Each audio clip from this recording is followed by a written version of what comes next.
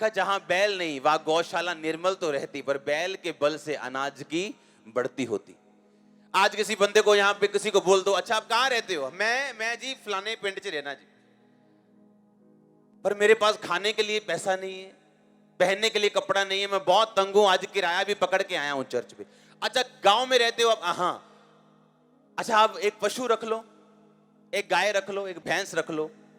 हाँ नहीं जी, पशु कितने सांभे जानते साडे को। भूखे मर जाएंगे लोग, काम नहीं करेंगे अपने हाथों से। और नीति वचन कहता कि अगर बैल नहीं है, तुम्हारा घर तो साफ सुथरा रहेगा, गौशाला साफ सुथरी तो रहेगी, पर अगर बैल रहेगा तो अनाज की बढ़ती भी होगी। अगर दो चार काम करोगे तो थक तो जाओगे, थोड़ा गंदगी डर जाएगी घर में, थोड़ा प्रॉब्लम तो होगी, पर कहता अनाज की बढ़ती भी होगी, तुम भूखे नहीं मरोगे। बताओ एक भी जन जिसने ओलंपिक का पदक जीता हो, जिसने अपनी लाइफ में कोई मुकाम हासिल किया हो, और बताओ उसको, और वो एक भी जन भी अगर बता दे कि मैंने कंफर्टेबली सब कुछ हासिल कर लिया, एक भी आपको ऐसा नहीं मिलेगा। अपने कंफर्ट से बाहर जाके आप अपनी लाइफ को बनाते हो, अपने कंफर्ट जोन से बाहर निकल के आप अपनी लाइफ को खड़ा करते हो। वो चाहे प्रेयर लाइफ हो, चाहे बिजनेस लाइफ हो, चाहे मिनिस्ट्री हो, चाहे आपकी स्पिरिचुअल लाइफ हो, अपने कंफर्ट जोन के अंदर रह के आप पदक नहीं जीत सकते। अगर अनाज की बढ़ती तुम चाहते हो तो कंफर्ट में रह के तुम नहीं रख सकते, कंफर्टेबल रह के तुम नहीं बढ़ती कर सकते अपनी, तुम्हें अपने कंफर्ट से बाहर आना पड़ेगा। मैंने लोगों को बोला कि परमेश्वर ने कहा कि मैं भयानक जो तूने काम किए मेरे लिए, उनके द्वारा मैं तेरा मुंह मांगा वरदान तुझे दूंगा। लिखा कि नहीं लिखा बाइबल में कि तेरे भयानक कामों के कारण जो तूने किए, तेरी बात कर रहा है, तुम्हारी बात, मेरी बात परमेश्वर कर रहा है। कहता भयानक कामों के कारण मैं तेरा मुंह मांगा वरदान तुम्हें दूंगा। क्या है भयानक काम? किसी को जाके परमेश्वर के बारे में बता के आना जो बिल्कुल कट्टर हो, दुश्मन हो परमेश्वर का। सुसमाचार वहां लेके जाना जहां ना पहुंचाओ, किसी चीज की परवाह ना करना, ना डरना, ना घबराना, अपने रिश्तेदारों को बता के आना कि मैं परमेश्वर में हूं।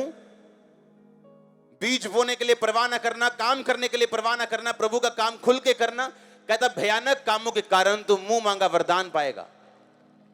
आज बोलो चाहिए परमेश्वर मुझे मुंह मांगा वरदान दे, जो मैं चाहता हूं मुझे दे। बाइबल कहती उस तू भयानक काम जब परमेश्वर के लिए करेगा तो तेरा मुंह मांगा वरदान भी यहोवा तुझे देगा।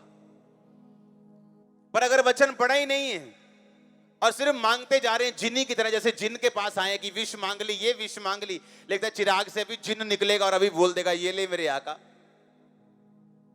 हमारा परमेश्वर जिनी नहीं है। हाँ वो कार्टून से बाहर निकलो, वो कार्टून वाली चीजों से बाहर निकल के थोड़ा असली में आगे काम करो ताकि परमेश्वर आपको फल दे। आमीन।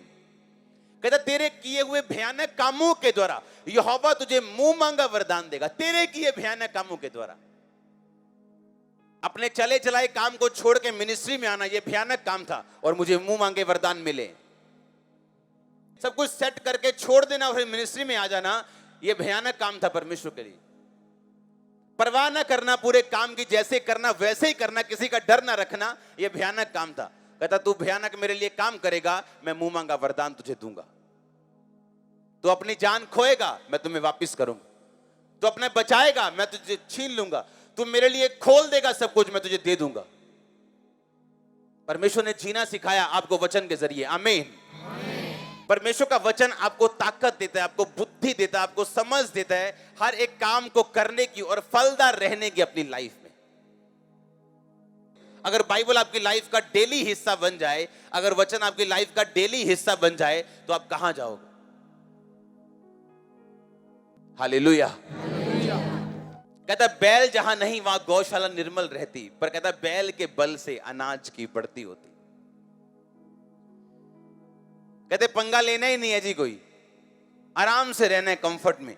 तो कहता अनाज की बढ़ती तुम्हारी जिंदगी में पॉसिबल नहीं, क्योंकि जहां काम होगा वहां पंगा होगा, वहां डिस्कंफर्ट होगा, पर वो अनाज की बढ़ती के लिए होगा, आपकी ब्लेसिंग के लिए होगा। और सोचो एक वचन अगर नीति वचन से पढ़ के हमें एक लाइफ चेंजिंग डिसीजन लेने को मजबूर कर सकता है। सोचो अगर मैं बाइबल को रोज पढ़ना शुरू कर दूं और रोज इस पे चलना शुरू कर दूं और रोज इस तरह से पढूं कि परमेश्वर आज वचन से तू मुझसे बात कर और वचन के जरिए मैं जानना चाहता हूं तू क्या चाहता है, और वचन को समझ के जब चलना शुरू किया जाएगा, सोचो कैसी स्थिरता आपकी लाइफ में होगी। हालेलुया, जोर से बोलो हालेलुया, आमीन। अपने हाथों को उठाओ फिर से, बोलो वचन मेरी जिंदगी का हिस्सा बने, मैं इसे रोज पढूं, रोज सुनूं,